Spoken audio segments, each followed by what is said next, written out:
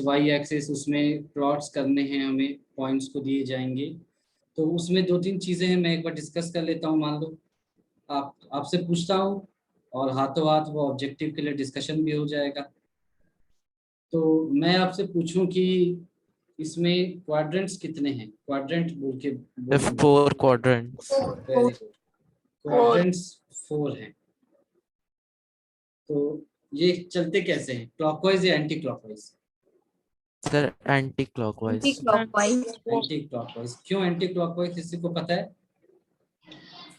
Sir क्योंकि first quadrant जो रहता है उसमें दोनों ही पॉजिटिव रहते ठीक हैं, है, आप कह एब्सिस रहे और हो ऑर्डिनेट। कि ठीक है, प्लस यानी प्लस कि प्लस यानी कि ये आपके हिसाब से फर्स्ट क्वाड्रेंट है। यस ये सर। आपके हिसाब से फर्स्ट क्वाड्रेंट है, ठीक है। Yes sir. तो आप चाहे क्लॉकवाइज के बारे में सोच रहे थे या एंटी क्लॉकवाइज, पहले तो कहीं पर स्टार्ट करोगे, है ना? तब तो क्लॉकवाइज या एंटी क्लॉकवाइज जाओगे। तो जो स्टार्टिंग पॉइंट है ये वो ये है, ये पहला क्वाड्रेंट है, दिखा, जहां पर एक्स भी पॉजिटिव है। इसको लिख देते हैं, एक्स भी पॉजिटिव और वाई भी पॉजिटिव। ये सबको याद रहेगा क्या?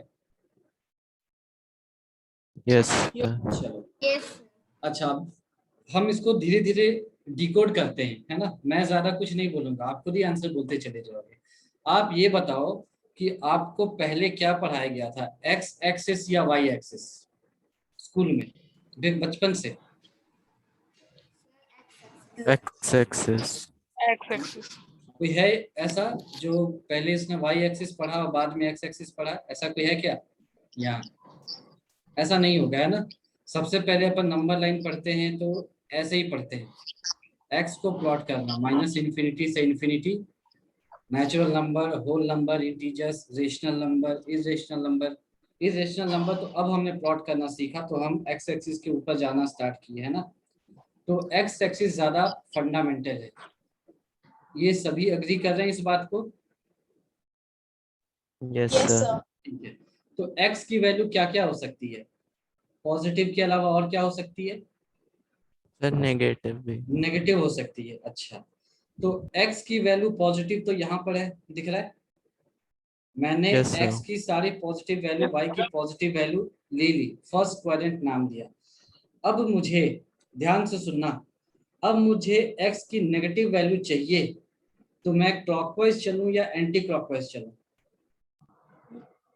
Sir anti clockwise. Anti clockwise sir. दिख रहा है सेकंड क्वाड्रेंट। है ना? अगर आप क्लॉकवाइज चलेंगे तो इधर आ जाएंगे, और यहाँ भी x की पॉजिटिव वैल्यू ही है, तो वो तो ऑलरेडी आपके पास है ना। तो आपको x की पॉजिटिव वैल्यू तो मिल चुकी है, तो आपको वापस से x की पॉजिटिव वैल्यू नहीं चाहिए, आपको x की नेगेटिव वैल्यू चाहिए। तो इसीलिए आप सर इधर मूव सेकंड करते हैं, क्वेश्चन। इसीलिए आप ऐसे मूव करते हैं। तो इसीलिए इसको हम सेकंड का नाम देते हैं और इसको सेकंड का नाम नहीं देते हैं। ये बात समझ में आ गई आपको? Yes sir. ठीक है। तो पहले दोनों क्वाड्रेंट में हमको क्या मिल गया, x पॉजिटिव और नेगेटिव, है ना? और y क्या मिला? फिर बाय सेकंड क्वाड्रेंट में भी positive. Positive. y second quadrant में भी पॉजिटिव है, ये दिख रहा है सभी को? Yes sir. तो यानी मैं एक बात कह सकता हूँ क्या, यानी थर्ड और फोर्थ क्वाड्रेंट में, क्योंकि ये सिमेट्रिकली प्लेस्ड है, तो पहले और दूसरे क्वाड्रेंट में अगर y पॉजिटिव है, इसका मतलब थर्ड और फोर्थ दोनों में y नेगेटिव होगा, बिना कुछ सोचे यस समझे सर। कह सकते हैं। यस ठीक है, यस सर। तो सर। ये हमने बिना सोचे समझे कह दिया, क्यों? सिमेट्री के आधार पर। तीसरी बात कि अगर मैं यहाँ से चल रहा हूँ, इस पॉइंट से चल रहा हूँ और एंटी क्लॉकवाइज जा रहा हूँ, तो यहाँ पहुंचने के बाद मैं वापस उल्टा थोड़ी ना क्लॉकवाइज चलूंगा, क्योंकि मुझे y नेगेटिव मिलेगा ही नहीं। अगर यहाँ से उल्टा वापस क्लॉकवाइज जाओगे तो जो मिला है वापस वही मिल जाएगा, तो आपको फिर से एंटी क्लॉकवाइज ही जाना पड़ेगा, दिख रहा यहाँ दोनों नेगेटिव है ना? तो आपको यहाँ पर दोनों नेगेटिव मिल जाएंगे, तो इसको हमने नाम दे दिया थर्ड क्वाड्रेंट। और यहाँ पर x भी नेगेटिव और y भी नेगेटिव, ये दिखा होगा। और फिर उसके बाद यहाँ से यहाँ भी एंटी क्लॉकवाइज ही फोर्थ जाना पड़ेगा। पॉजिटिव फोर्थ वाई क्वाड्रेंट में y नेगेटिव x पॉजिटिव। ठीक है, तो x यस आपका पॉजिटिव हो गया पॉजिटिव वाई नेगेटिव। और y आपका नेगेटिव हो गया। तो आप इसको कैसे देख सकते हैं कि एक्स एक्सिस के ऊपर, है ना, ये मेरा एक्स एक्सिस है, इधर देखो हाथ को, इसके ऊपर y हमेशा पॉजिटिव रहेगा, इसके नीचे y हमेशा नेगेटिव रहेगा, पहली चीज। दूसरा, ये मेरा y एक्सिस है, तो y एक्सिस के राइट में x हमेशा पॉजिटिव, y एक्सिस के लेफ्ट में y हमेशा नेगेटिव। ये दिखाई दे रहा है, सॉरी, y एक्सिस के राइट में x हमेशा पॉजिटिव, y एक्सिस के लेफ्ट में x हमेशा नेगेटिव। ये आपको दिखाई दिया? Yes sir. एक बार फिर से सुना, x एक्सिस के ऊपर y हमेशा पॉजिटिव, x के नीचे y हमेशा नेगेटिव, y एक्सिस के राइट में x हमेशा पॉजिटिव, y के लेफ्ट में x हमेशा नेगेटिव। ठीक है, मेरा राइट शायद आपको लेफ्ट दिखाई दे रहा हो, ये मिरर की वजह से जो उल्टा ट्रांसवर्शन हो रहा है, बट इन एनी केस आप अपने हाथ से देख सकते हैं ऐसे करके। ये y एक्सिस है, इसके राइट, यानी जो भी आपका राइट हो, उधर जाएंगे तो x हमेशा पॉजिटिव होगा, आप लेफ्ट में जाएंगे तो x हमेशा नेगेटिव होगा। याद रहेगी ये बात? Yes sir. Yes, sir. और जहां पर आपके x एक्सिस और y एक्सिस मीट करते हैं उसको क्या बोलते हैं? Origin. Origin. Origin. Very good, origin, ये हो गया ओरिजिन। तो अगर आपसे पूछा जाए कि ओरिजिन पहले क्वाड्रेंट में लाई करता है क्या, तो इसका आंसर कुछ भी नहीं है। ओरिजिन क्वाड्रेंट में लाई नहीं करता, वो क्वाड्रेंट के इंटरसेक्शन पर लाई करता है।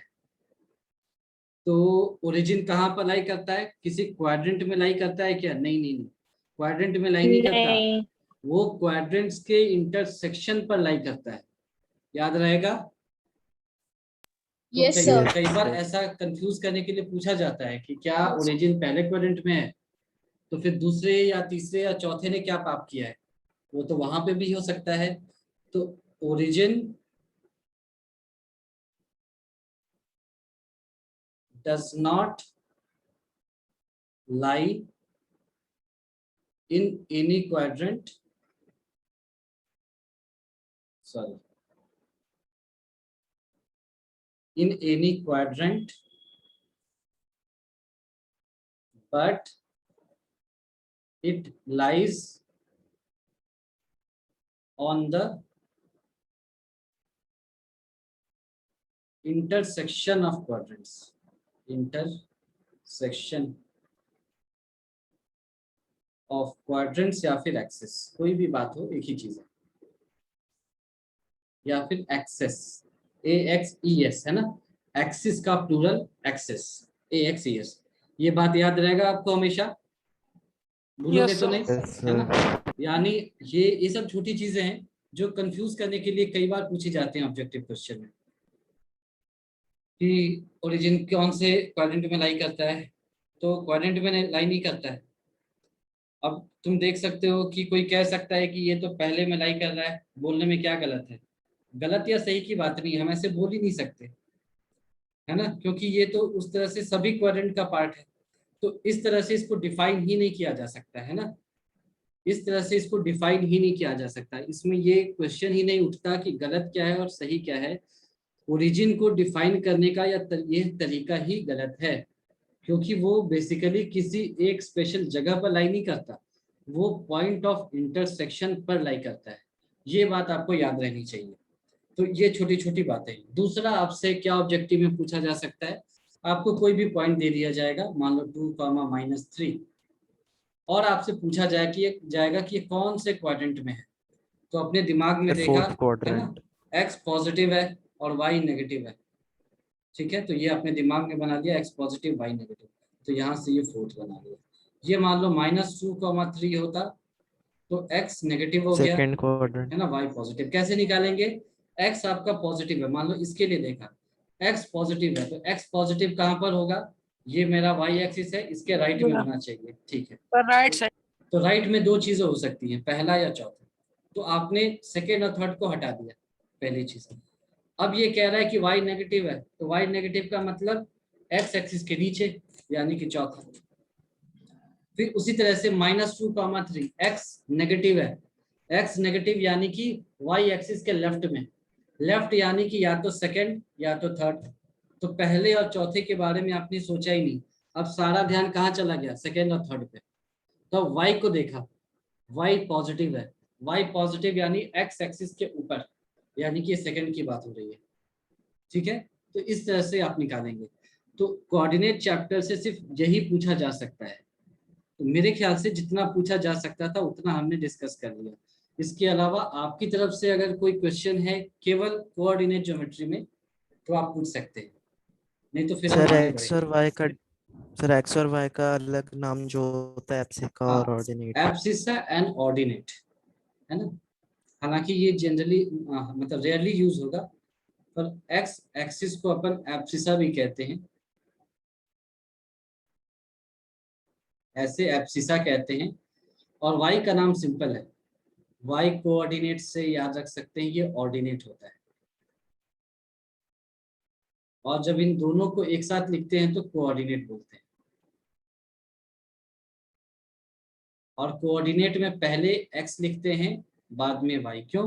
क्योंकि हमने अभी थोड़ी देर पहले बात किया कि एक्स ज्यादा फंडामेंटल है, इसीलिए हमको एक्स पढ़ाया गया। क्यों? आप देख सकते हैं एक्स क्या है, बेस, और वाई क्या है, हाइट। तो जब आप घर बनाते हो तो पहले छत बनाते हो कि पहले बेस बनाते हो? पहले बेस बनाएंगे, तभी तो उसके ऊपर पिलर देंगे। तो इसीलिए एक्स एक्सिस को हमेशा प्रेफरेंस दिया जाता है, उसको पहले लिखा जाता है। इसी कारण से जो हमारा डायरेक्शन है वो भी क्या है, एंटी क्लॉकवाइज है, क्लॉकवाइज नहीं है, ठीक है। तो मेरे ख्याल से आपको सारी बातें समझ में आ गई होंगी, आ गई हैं क्या? Yes sir. ठीक Yes, sir. है ना। इसमें किसी को और कोई कंफ्यूजन या पूछना है कुछ? No, sir. चलो ठीक है। तो फिर कोऑर्डिनेट, कोऑर्डिनेट ज्योमेट्री का प्रैक्टिकल एप्लीकेशन कहीं पे रहता है?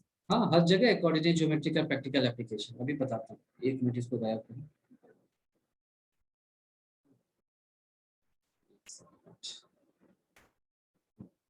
जैसे मान लो आपकी फ्लाइट उतरने वाली है, फ्लाइट में किसी ने ट्रैवल किया है, तो आपकी फ्लाइट जब लैंड करने वाली होती है, तो मान लो कि कोई दिल्ली से वाराणसी आ रहा है, तो पायलट को कैसे पता चलेगा कि उसको कहाँ पर लैंड करना है? वो तो आकाश में है, उसको थोड़ी ना दिखाई देगा। तो उसको बताया जाता है कितने डिग्री लैटिट्यूड लॉन्गिट्यूड पे। लैटिट्यूड लॉन्गिट्यूड क्या है, बेसिकली कोऑर्डिनेट ज्योमेट्री है। तो एक्स एक्सिस वाई एक्सिस, आप अगर हायर स्टैंडर्ड में जाएंगे तो एक और एक्सिस आ जाता है, जेड एक्सिस, यानी कि वो स्पेस की बात हो रही है। तो किसी भी चीज को लोकेट करने के लिए एग्जैक्टली हम कोऑर्डिनेट ज्योमेट्री को यूज करते हैं, या हमको टारगेट करना है। तो टारगेट जैसे कि एनिमीज को इंडियन आर्मी मान लो टारगेट करती है, तो कैसे टारगेट करती है, कैसे वहां पर बम गिराती है? यहाँ से इतने डिग्री लेफ्ट, इतने डिग्री राइट, इतना ऊपर, इतना नीचे, यानी इतने डिग्री लैटिट्यूड पर, इतने डिग्री लॉन्गिट्यूड पे। तो लैटिट्यूड लॉन्गिट्यूड की जो हम बात करते हैं, जो आपने शायद ज्योग्राफी या एसएसटी में पढ़ा होगा, वो भी बेसिकली आपका कोऑर्डिनेट ज्योमेट्री ही है। तो कोऑर्डिनेट ज्योमेट्री किसी भी ऑब्जेक्ट के पोजीशन को बताने का एक तरीका होता है। और ये वेरियस मतलब मिलिट्री ऑपरेशंस में या एयरक्राफ्ट्स में या किसी भी चीज को लोकेट करने में काम आता है। जैसे इतनी डिग्री स्ट्रेट जाओ, यहाँ से 90 डिग्री आप राइट टर्न कर जाओ, आप उस जगह पर पहुंच जाओगे, इस तरह से, ठीक है। और भी जगह पर ये काम आता है, कॉम्प्लेक्स नंबर्स वगैरह में, सर्किट्स में, इलेक्ट्रिकल सर्किट्स में, करंट या वोल्टेज को रिप्रेजेंट करने में। आप थोड़ा अगर हायर स्टैंडर्ड में जाएंगे तो देखेंगे हर जगह हम कोऑर्डिनेट ज्योमेट्री को यूज करते हैं। और आप जो भी पढ़ रहे हो इसको हम कार्टेशियन कोऑर्डिनेट ज्योमेट्री कहते हैं। जैसे हमने लैटिट्यूड लॉन्गिट्यूड की बात की, तो वहां पर स्फेरिकल कोऑर्डिनेट सिस्टम आता है, एक सिलेंड्रिकल कोऑर्डिनेट सिस्टम आता है। तो इस तरह से ये काम करता है अलग अलग एप्लीकेशन में। और on the whole coordinate geometry किसी भी चीज की लोकेशन को बताने के काम आता है, ठीक है। ये इसका प्रैक्टिकल एप्लीकेशन है। तो कोऑर्डिनेट ज्योमेट्री को खत्म करते हैं और अब पॉलिनोमियल्स पे आते हैं, है ना। पॉलिनोमियल्स एक ऐसा चैप्टर है जिसमें से बहुत सारी चीजें आपसे पूछी जा सकती हैं और काफी कंफ्यूजिंग भी हो सकता है कई बार,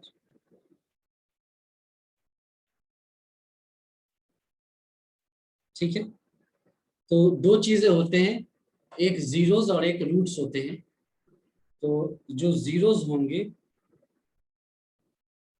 इसको हम यूज करते हैं पॉलिनोमियल्स के लिए, या फंक्शन के लिए कई बार आप देखेंगे पॉलिनोमियल और फंक्शन एक ही चीज है, और एक वर्ड होता है रूट्स। इसको हम यूज करते हैं इक्वेशंस के लिए।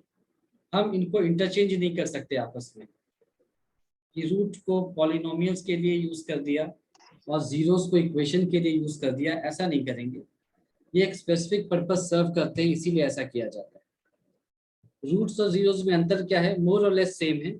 उनमें एक सटल सूक्ष्म सा अंतर होता है जो आपको क्लास 10th में पढ़ाया जाएगा, है ना। अभी के लिए इस पर हम ध्यान नहीं देंगे। रूट्स पे आपसे जीरोस ही पूछे जाएंगे, तो हम जीरोस पर बात कर लेते हैं। जीरो किसको कहते हैं? जीरोस ऑफ अ पॉलिनोमियल किसको कहते हैं? वेरिएबल की वो वैल्यू जैसे वेरिएबल में अगर इक्वेशन में पुट इक्वेशन नहीं, पॉलिनोमियल। पूरा एक्सप्रेशन में पुट कर दे तो उसकी वैल्यू 0 बन जाए टोटल ठीक है, पॉलिनोमियल। तो इसको ऐसे लिखेंगे, दैट रियल वैल्यू, ध्यान से सुनना, दैट रियल वैल्यू है ना, रियल वैल्यू है, that real value of x. हम वेरिएबल एक्स ही मान रहे हैं ना कि एक्स के टर्म्स में दिया होगा। अगर वो टी है तो टी हो जाएगा, पर एक्स इन जनरल माना जाता है, तो मैंने इन जनरल एक्स लिखा। That real value of x for which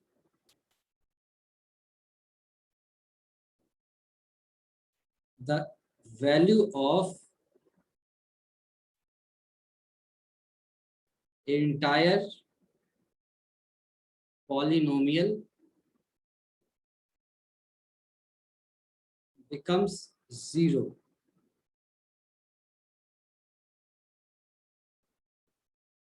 is known as zero of a polynomial। zero of a polynomial। इसमें देखो, किसी को कहीं भी डाउट आता जाएगा तो बिना शर्माए पूछते चले जाना, क्योंकि ये थोड़ा इम्पोर्टेंट है। मैं एक एक करके, आज हो जाए तो ठीक है, वरना कल भी और परसों भी हमारे पास टाइम है, इसको अच्छे से एक्सप्लेन करूंगा एक एक करके हर एक बात।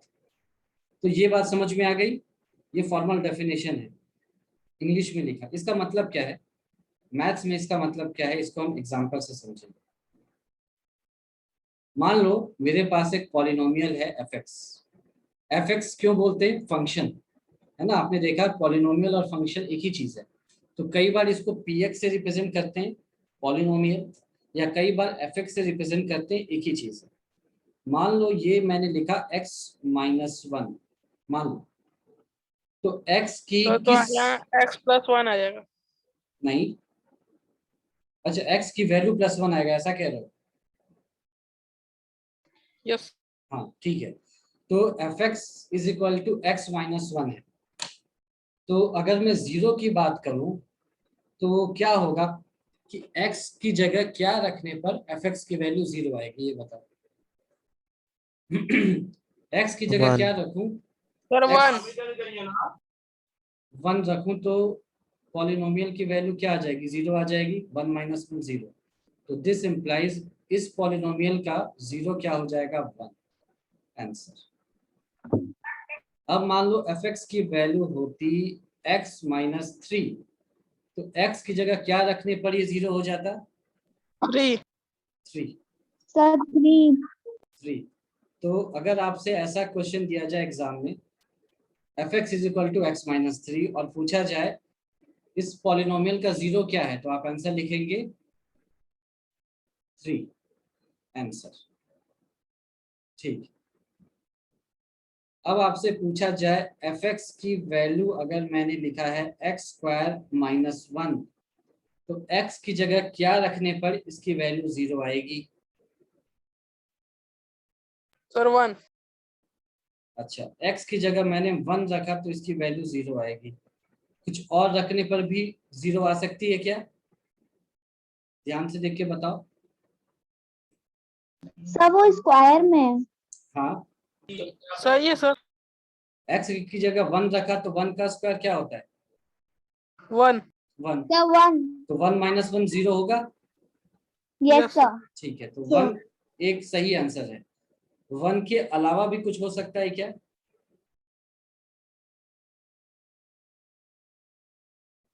1 के अलावा भी कुछ रखें और 0 आ जाए, ऐसा कुछ हो सकता है क्या? देख के बताओ। सर -1 ठीक है, -1 का स्क्वायर कितना होता है? सर +1 क्या? +1 +1। तो +1 -1 क्या होगा? 0 0। 0 यानी x क्या हो सकता है? +1 भी हो सकता है, -1 भी हो सकता है। ठीक है, तो जब भी स्क्वायर आ जाए तो आप थोड़े ध्यान से Yes, आंसर sir. लिखेंगे। तो इसमें नंबर ऑफ जीरोस क्या क्या हो गया यहाँ पर? +1 -1 +1 -1। नंबर ऑफ जीरोस कितने हो गए? Sir, 2. 2। 2 0 हो गया ना, एक +1 और एक -1 Yes. दिखा। Yes, sir. चलो, अब अगर मान लो मेरा एग्जाम्पल होता f(x = x²), तो x की जगह क्या रखने पर ये 0 आएगा? x की जगह क्या रखूं तो f(x) मेरा 0 हो जाए? बताओ। सर 0 0। 0 के अलावा कुछ भी और रखने पर ये 0 आएगा क्या? -0 -0 0 एक ही चीज है। -0 कहीं देखा नहीं होगा तुमने, है ना? 0 पानी की तरह होता है, उसका कोई रंग नहीं होता। ठीक है, तो नंबर ऑफ जीरोस कितने हो गए? 1 1। ये दिख रहा है एक ही 0 है, इसकी डिग्री जरूर 2 है, ये क्वाड्रेटिक जरूर है, लेकिन इसका नंबर ऑफ 0 1 है। और अगर ये मेरा क्वेश्चन होता f(x = x² + 1), अब x की जगह क्या रखने पर ये 0 होगा? सोच करके बताना, सर सोच करके।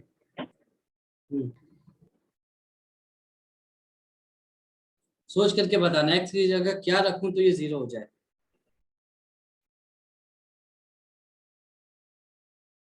बताओ भाई, इंपॉर्टेंट है। f(x = x² + 1) है। अब x की जगह क्या रखूं कि ये 0 हो जाए? किसी भी नंबर का स्क्वायर क्या होता है? किसी भी रियल नंबर का स्क्वायर क्या होता है? पॉजिटिव या नेगेटिव? Sir, positive. पॉजिटिव दुनिया में कोई भी नंबर सोच लो, कोई भी नंबर सोचो अपने से और बताओ मुझे। कोई नेगेटिव नंबर सोचो अपने से। Sir, -2। नो सर -2 का स्क्वायर Yes, क्या sir. होगा? सर 4 4 हो जाएगा। Sir, +4. यानी कि x नेगेटिव रहे या पॉजिटिव रहे, x² हमेशा पॉजिटिव होगा। ये बात समझ में आ रही है? Yes, sir. और x² की सबसे छोटी वैल्यू 0 हो सकती है, जो है ऊपर में। 0 से छोटा हो नहीं Yes, सकता x²। यस सर और अगर 0 में भी अगर x² 0 भी होता है और तुम उसमें +1 करोगे तो क्या वो कभी नेगेटिव हो पाएगा क्या? No, No, sir. sir. फिर भी यानी आंसर 1 आएगा. यानी x² + 1 की सबसे छोटी वैल्यू क्या आएगी? +1। 0 यस x² की मिनिमम वैल्यू +1 आएगी। ये समझ में आ रहा है आपको? Yes, sir. Minimum value of x² + 1 = 1 कब? when x = 0। जब x 0 रखा तब भी ये पॉजिटिव आएगी। यानी f(x) कभी भी 0 के बराबर नहीं है। तो नंबर ऑफ जीरोस यहाँ पर क्या हो गए? कितने जीरोस हो गए? 0। एग्जैक्टली, 0 है ना? ये 0 और ये 0 अलग है ना? ये 0 और ये 0 अलग है ना? ये तो 0 वैल्यू है और ये वो वाला 0 है जो कि बता रहा है आपको कि कहाँ कहाँ पर वैल्यू f(x) की 0 हो रही है। तो ये आपको अच्छे से समझ में आ गई बात? Yes sir Yes, sir. ठीक है, अब हम इसका ज्योमेट्रिकल मतलब देखते हैं और आपको थोड़ा ज्योमेट्री से समझाऊंगा मैं। 0 जो हमने कहा कि वो वैल्यू x की जहां पर पॉलिनोमियल की वैल्यू 0 हो जाती है उसको हम 0 ऑफ अ पॉलिनोमियल कहते हैं। इसको ज्योमेट्रिकली क्या बोलते हैं?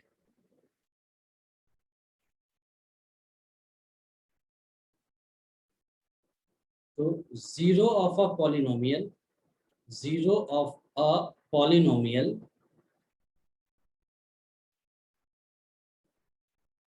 is a point where the polynomial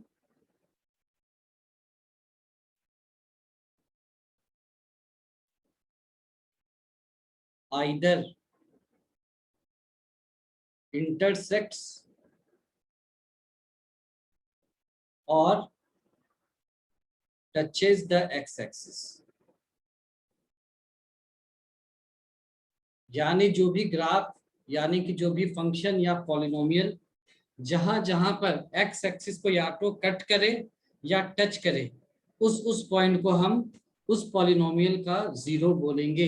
ये बात समझ में आ रही है आपको अच्छे से? Yes sir. ठीक है। ऊपर में एक छोटी सी बात और लिख लो कि ये क्या है, यहाँ पर ये क्वाड्रेटिक पॉलिनोमियल दिख रहा है आपको, ये भी क्वाड्रेटिक है और ये भी क्वाड्रेटिक है। Yes sir. तो मैक्सिमम Yes, जीरो sir. कितने आए हैं आपके क्वाड्रेटिक के? Maximum number of sir zeros 2 कितने हैं? 2 आ सर रहे हैं। 2 और मिनिमम कितने आ रहे हैं? 0। सर 0। ठीक है। तो Zero. किसी भी पॉलिनोमियल के मैक्सिमम जीरो कितने हो सकते हैं? जितनी की उसकी डिग्री है। ठीक है, मिनिमम के बारे में बाद में बात करेंगे, पर मैक्सिमम कितना जीरो हो सकता है? जितनी की उसकी डिग्री है। यानी कि क्यूबिक Sir, पॉलिनोमियल के मैक्सिमम कितने जीरो हो सकते हैं? 3। ठीक है, 3 हो सकते हैं। क्वाड्रेटिक के मैक्सिमम कितने जीरो हो सकते हैं? केवल 2। इस बात को भी लिख लियो और याद रखा हमेशा।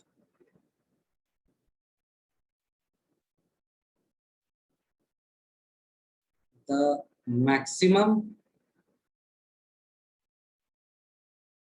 number of zeros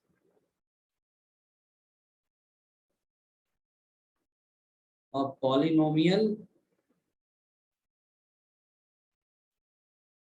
can have is equal to its degree।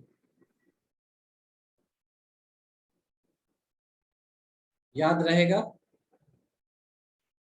Yes sir. कि अगर आपको एक क्वाड्रेटिक पॉलिनोमियल दे दिया गया और पूछा गया कि मैक्सिमम कितने जीरो इसके हो सकते हैं, तो बिना कुछ सोचे समझे आपने किस ऑप्शन पे टिक किया? 2 पर। या आपसे अगर ऐसा पूछा गया कि a polynomial can have maximum number of how many a polynomial can have maximum number of zeros, option कुछ भी दे दिया गया, 4 ऑप्शन दिए गए, तो कौन सा ऑप्शन सही होगा? इक्वल टू इट्स सर जो डिग्री। उसकी डिग्री हो। हाँ, तो ये बात आपको समझ में आ गई अच्छे से? Yes Yes, sir. sir. चलो अब हम थोड़े क्वाड्रेटिक पे आ जाते हैं, क्योंकि ये आपके सिलेबस में है और इस पर पूछा जाता है क्वेश्चन। हालांकि ये for any even degree polynomial के लिए भी सही है।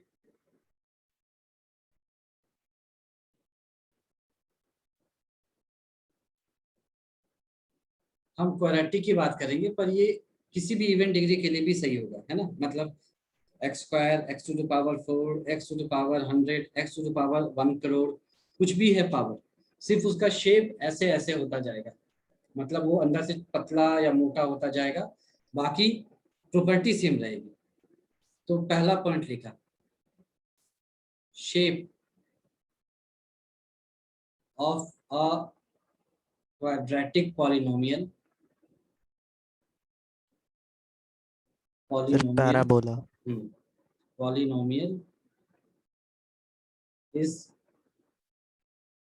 that of a parabola। ठीक है, ये आपको याद रखनी है पहली बात, कि अगर आपसे Yes, पूछा sir. गया कि एक क्वाड्रेटिक पॉलिनोमियल दिखता कैसा है, तो पैराबोला आपने सबसे पहले आंसर दे दिया। ठीक है, अब हम बात करते हैं कि भाई ये पैराबोला क्या है, पैराबोला कैसा दिखता है। तो इसको 2 सर एक पार्ट्स में कर्व डिवाइड होता किया है। है, मैं दिखा रहा हूँ। पैराबोला या तो ऐसा होगा, या तो ऐसा है, या तो ऐसा,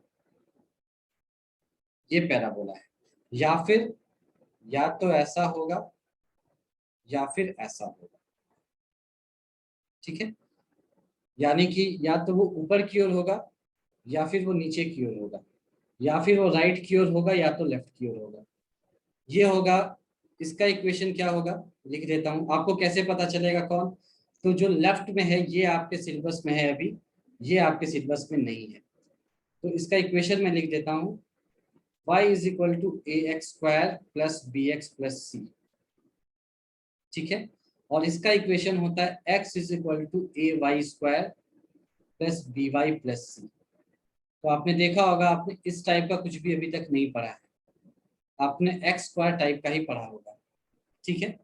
इसको हम बोलते हैं वर्टिकली अपवर्ड्स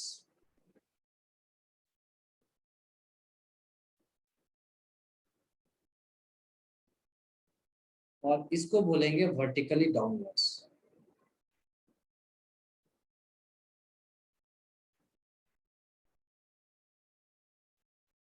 तो केवल यही सुना, इसको भूल गए आप, है ना, ये आपके सिलेबस में नहीं है, भूल गए। तो ये आपको दो पैराबोला दिखाई दिए, vertically upwards and vertically downwards करके, ठीक है। तो शेप ऑफ अ पैराबोला क्या होगा ये बताओ, sorry, shape of a quadratic polynomial क्या होगा, जल्दी से, एक क्वाड्रेटिक पॉलिनोमियल का शेप क्या होगा,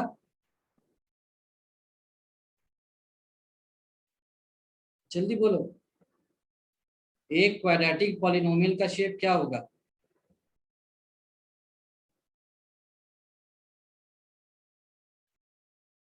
हेलो, आवाज आ रही है मेरी, Yes, sir. हाँ, तो मैंने पूछा है कि एक क्वाड्रेटिक पॉलिनोमियल का शेप क्या होगा, अभी ऊपर पढ़ाया गया, shape of a quadratic polynomial is that of a parabola, यही पढ़ाया गया ना, shape of a quadratic polynomial कैसा होगा, पैराबोला। Parabola, Parabola. ठीक है। अब वो दोनों में से कुछ भी हो सकता है, या तो वर्टिकली अपवर्ड्स या तो वर्टिकली डाउनवर्ड्स, उसके बारे में भी बता देता हूँ। If a is positive, then shape is vertically upwards, and if a is negative, then shape is vertically downwards। याद रहेगा ये, ए क्या है, एक्स स्क्वायर का कोफिशिएंट, अगर वो पॉजिटिव है तो पैराबोला ऊपर की ओर होगा, वो नेगेटिव है तो पैराबोला नीचे की ओर होगा, याद रहेगा। तो अभी एग्जांपल देके पूछता हूँ, बताना। एक मेरा पॉलिनोमियल इक्वेशन है ऐसे, मान लो F x is equal to, मैं पूछता हूँ 5x² प्लस 3x प्लस 1, इसका शेप कैसा होगा, जल्दी से, इसका शेप,